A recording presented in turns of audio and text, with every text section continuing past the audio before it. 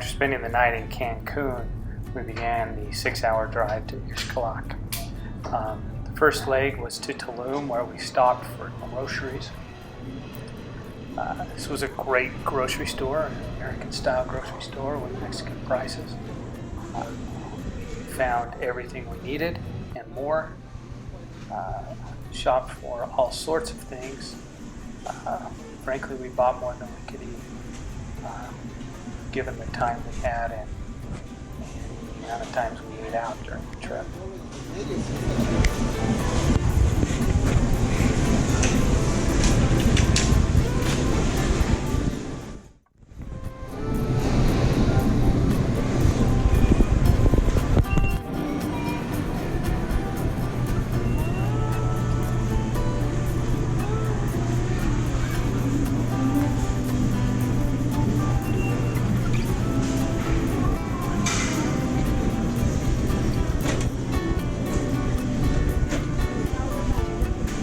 What do you think, Coop? Gotta give the Spanish Coke a try. We definitely got to give the Spanish Coke a try.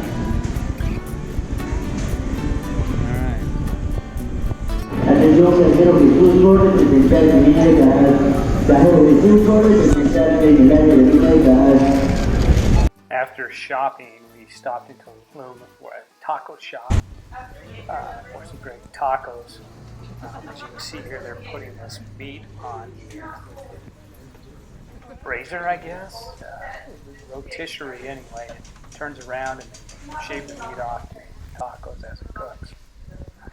It can't seem nearly as messy as it was.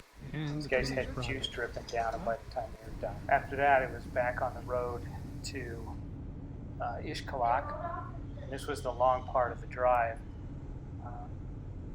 Most of the drive's on a fairly good highway. As soon as you turn off the highway, within a few miles, you reach this hot sauce stand, which we're going to be stopping at.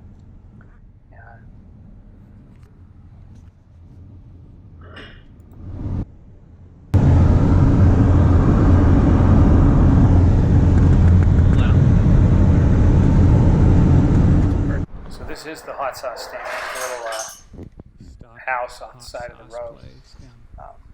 What you can't do is smell it here. The smell was incredible. They were roasting peppers in the back. And they make all sorts of hot sauces from these peppers, which they sell inside. They must do a pretty good business. They have lots and lots of different flavors. They also grow a great variety of fruits on this property, although I didn't see any for sale. I saw a whole lot growing, including bananas, papaya, and a vegetable garden. Here are those peppers that they were roasting. I don't know what kind of wood they were using. And I think these were done roasting, but they were still just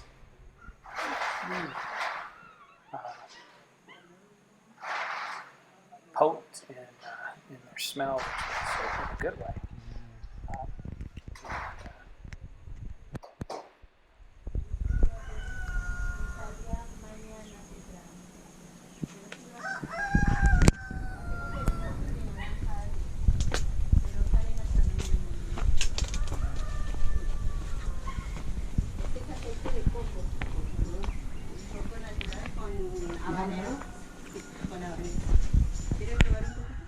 Once inside this little store, you can see here they had a number of samples set out. They let us try them with chips. Colby and Cooper were probably the most brave. They ate a whole bottled habanero each, whole pepper, bottled pepper anyway. It was the whole pepper. Cooper maintained his composure, but boy, it looked like it was hot. He sweat. Been working with the chicken. Here are some habaneros they've started to sort, but haven't started to post. Look at all those. And when we were here last time, it was The whole we thing? had 3 of those trays. Yeah. This whole thing was all habaneros. Wow. Well, we're going to get one of those, Coop, because they're just fantastic.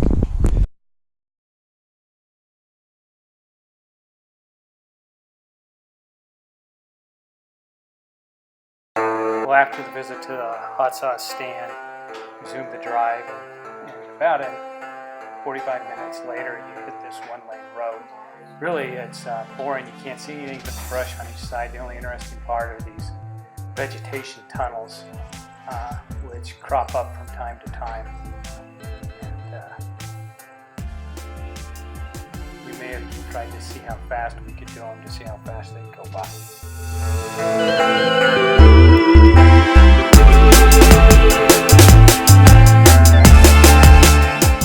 About an hour on that road, and you come to Xcalak, and this is the view as you enter Xcalak. It's a small town.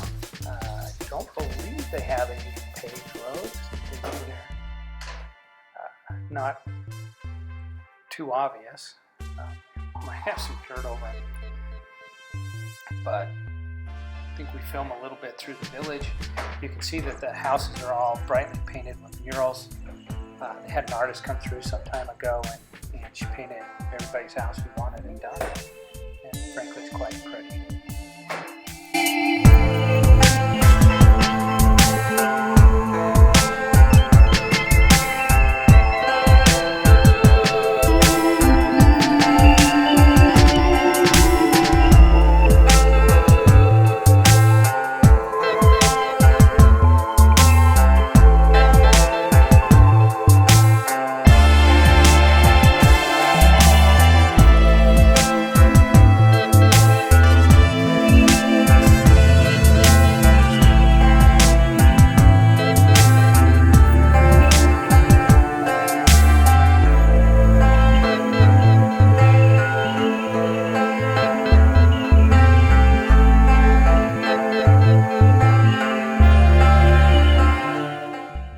Until we reached Xcalak, this is the first time we've really seen the ocean since arriving in Mexico.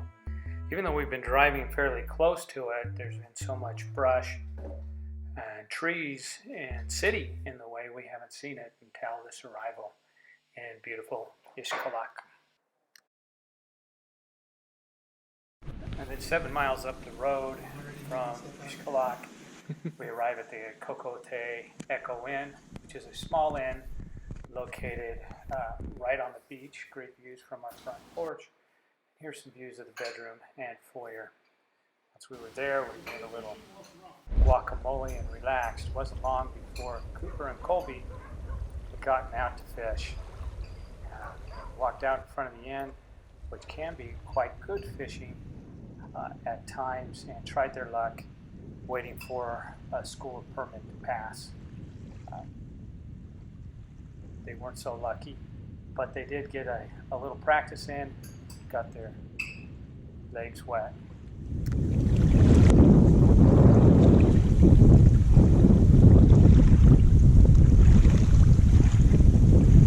Here we are, ready to go out for a day's fishing.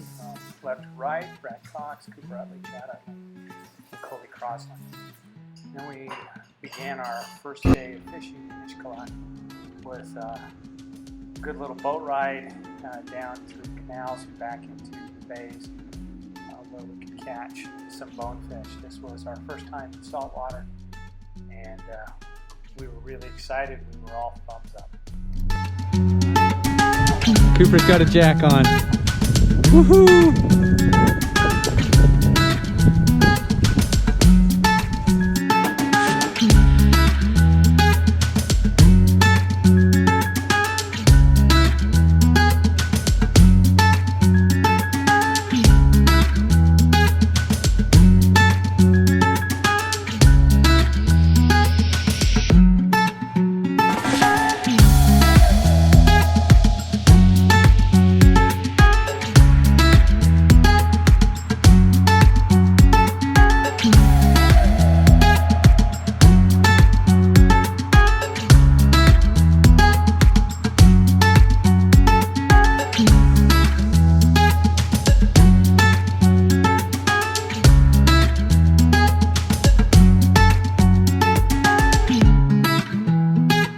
Ooh, that's a nice fish.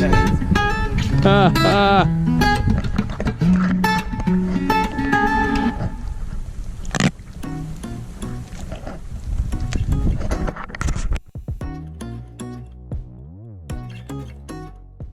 After Cooper caught that great jack, it wasn't long before we were into bonefish. That's a pretty And good we one. spent the rest of the day catching numerous bonefish.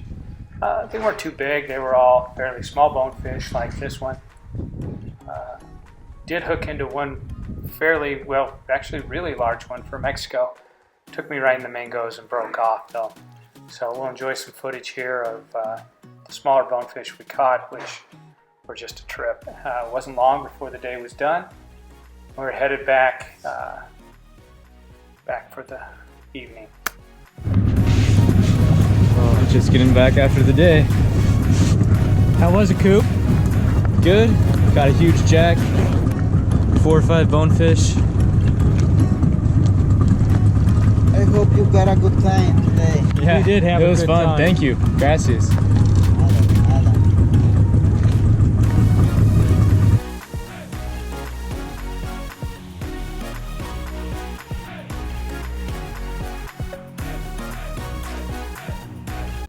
Well, day 2, we were stuck on land due to a fairly good rainstorm blowing in, and the guides didn't want to go out and fish. They have a really hard time seeing the fish when it's overcast and rainy, and didn't really want to be out in all this rain. So we took a nice drive around town, enjoyed some sights there, and then headed out for a little do-it-yourself fishing. We waded along a shoreline for a mile or so and really had probably my favorite day in Xcalak. Caught a number of different species of fish, including these boxfish and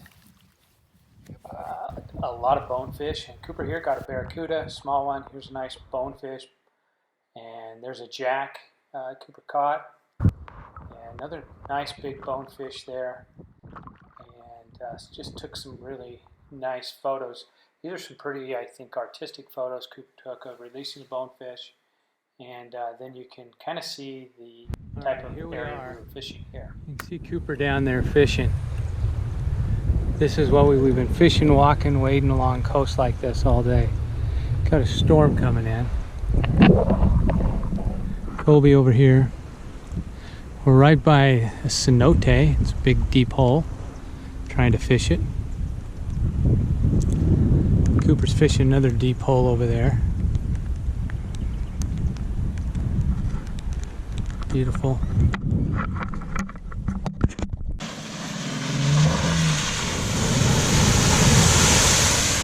As you can see, day 3 was a beautiful day, cleared up, and we're ready to go.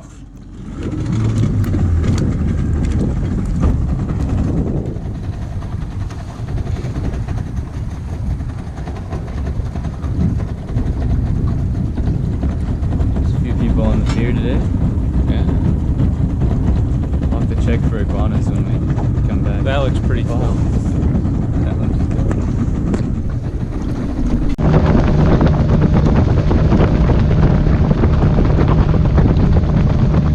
This proved to be our toughest day fishing of the trip. We didn't catch a whole lot of fish.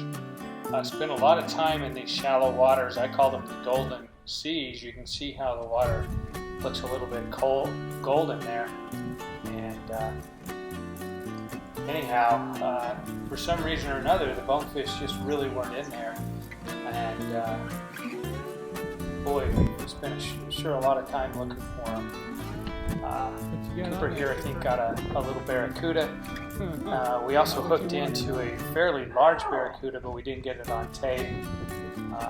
That barracuda was probably about 4 or 5 feet long.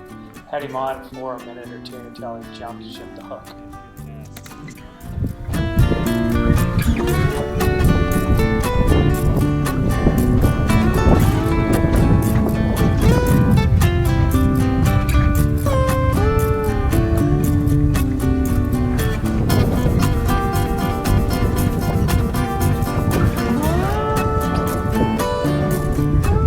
Well, day 4 proved to be a much better day. The sun was out again. We fished in some different spots. Really, some of my favorite fishing of the guided trips. We waded along these really beautiful sandy beaches for a good portion of the day, and caught a lot of bonefish. Probably caught, well, nope, the last day we caught the most, but we sure caught a bunch this day. And you can see Cooper here with our guide Felipe, really casting into some bonefish. It's pretty windy.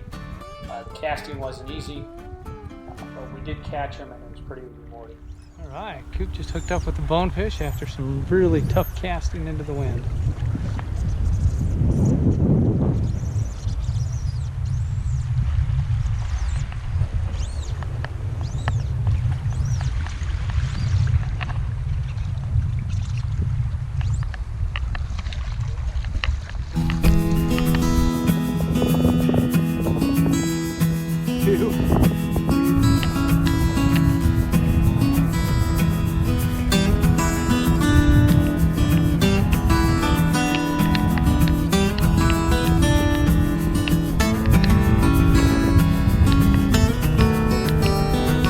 Yeah, there we go.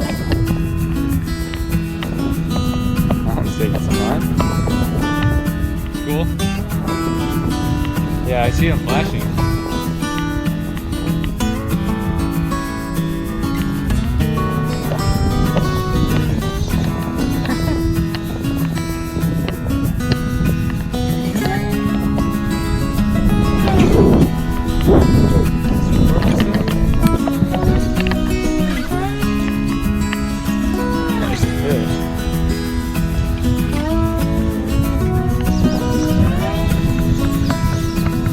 Someone's giving you a fight. Can this go in the water at all, Dad?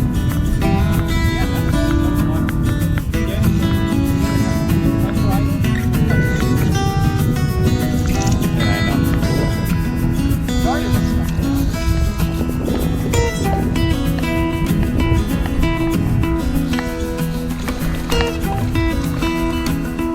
That's pretty big.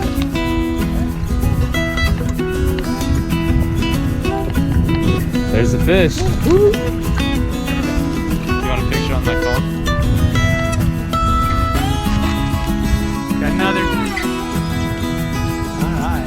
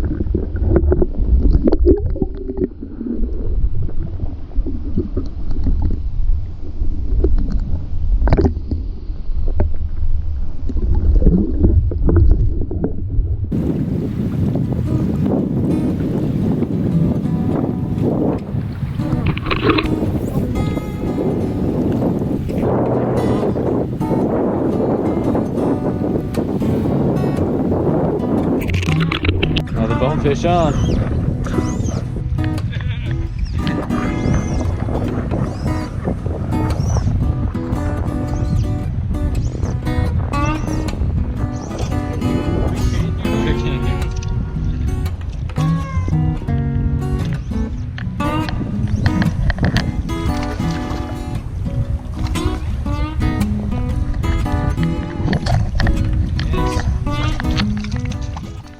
Noticed that Felipe was continually carrying a rod throughout these videos. I got the record for the lures. That was a rod hooked up for jacks, for barracuda, in case we saw one swim by. What you weren't seeing is that another one of us was also carrying a different rod. The was set up to catch permit, just in case we saw some. Can't read. Hold on. Okay. 1, 2, 3. 1, 2. Okay. One more. 1, 2. Okay.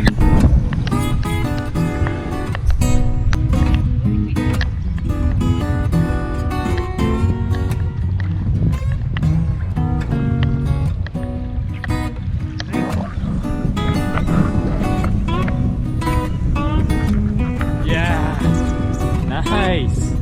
Got that on video.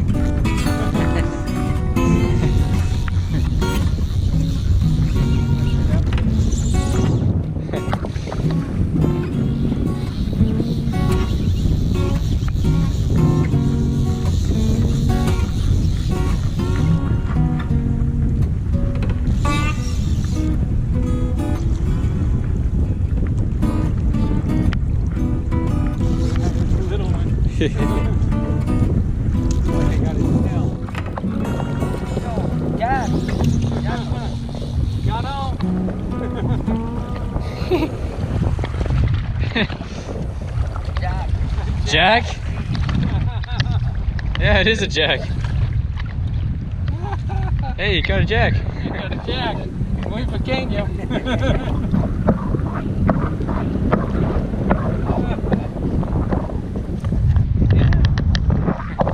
Cool.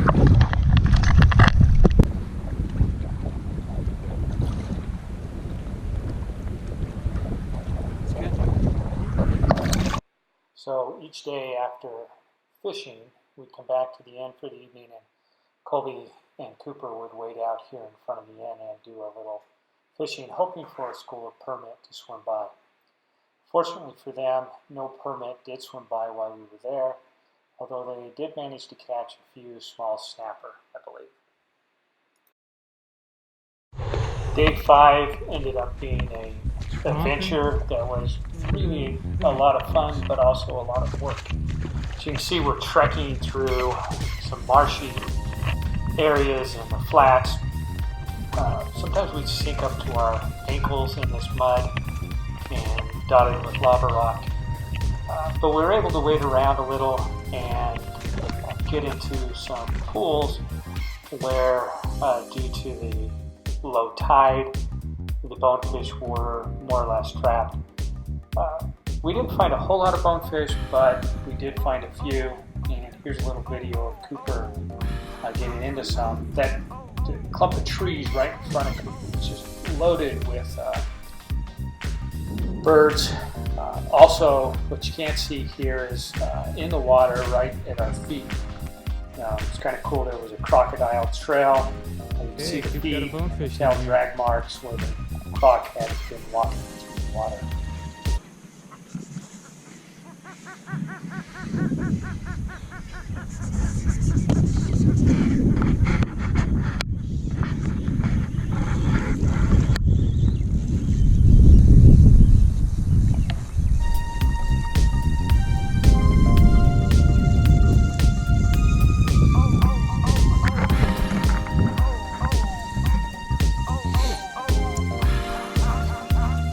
Tighten that up just a hair.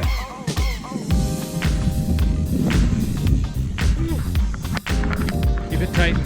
Yeah, it just takes a while. It's got 3 turns on it. Actually,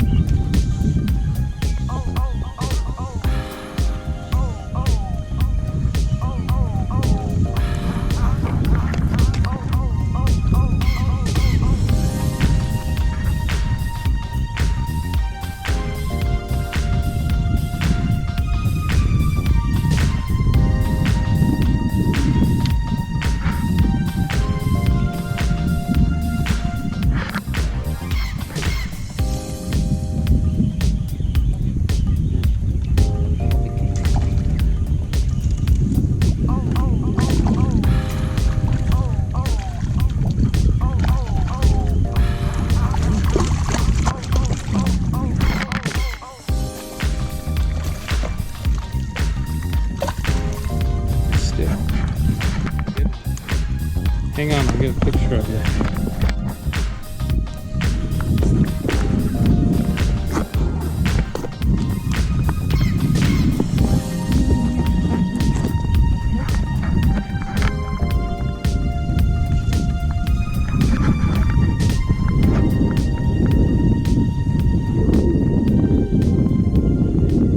Nice, Coop.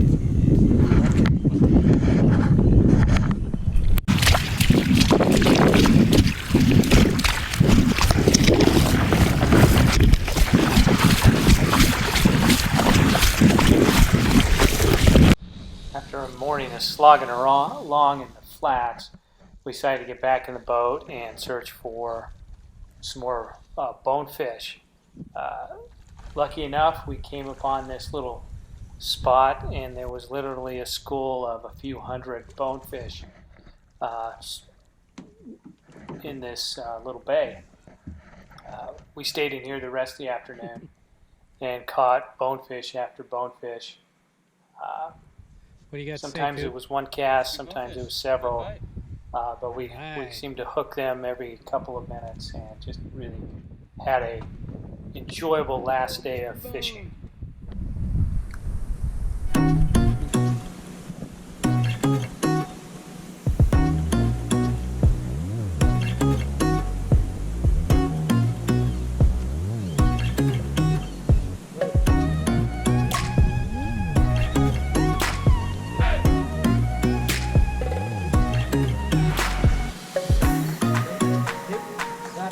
Yeah.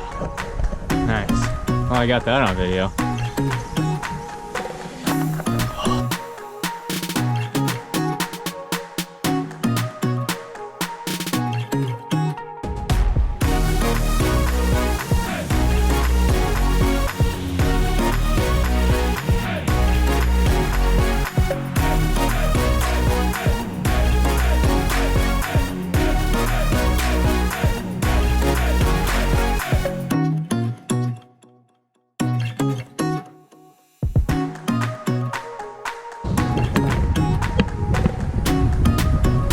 That's pretty good on.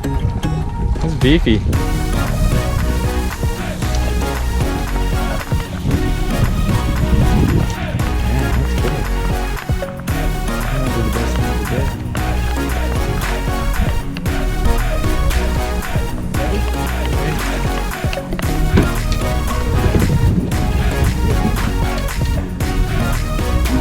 Nice.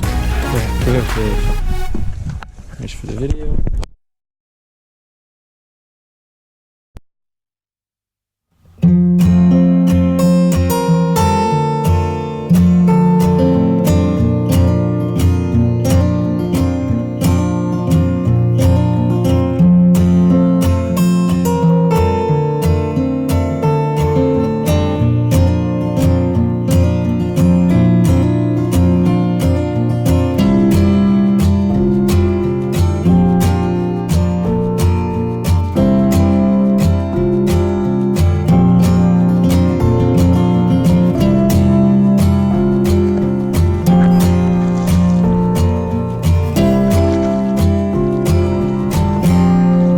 That's a pretty good one, actually. Yeah.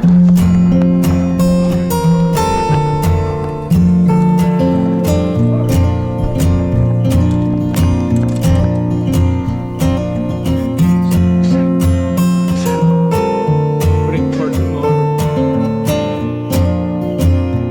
Real quick. After a long day fishing, we're headed home. How was the fishing today, Coop? Very good. It was fun.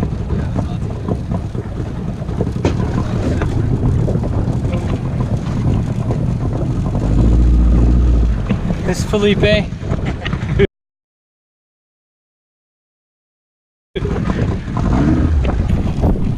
So what did we eat besides the food we bought at the grocery store? I Well, got we had 6. several things. All right. Here, Cooper's buying some empanadas from a local neighbor who stopped by the inn to sell some pre-made empanadas, and they were delightful.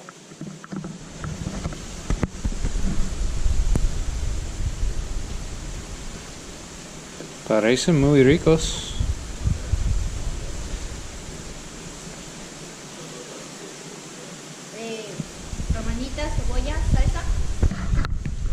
After some empanadas, we enjoyed relaxing the rest of the day and a little coconut water. Previously on the trip, we'd eaten at a few restaurants. Here's one at the dive shop. Really liked this. The place we ate most often was the Leaky Palapa. And this is a pretty nice restaurant for about $15 a plate. We ate very well. Here's a good example of a plate from the Leaky Palapa. We had a really good time. Here's a few pictures to sum up our trip and finish up this video. We're determined to go back, and in fact we did return in late May, early June of 2019 with plans to return again in 2020.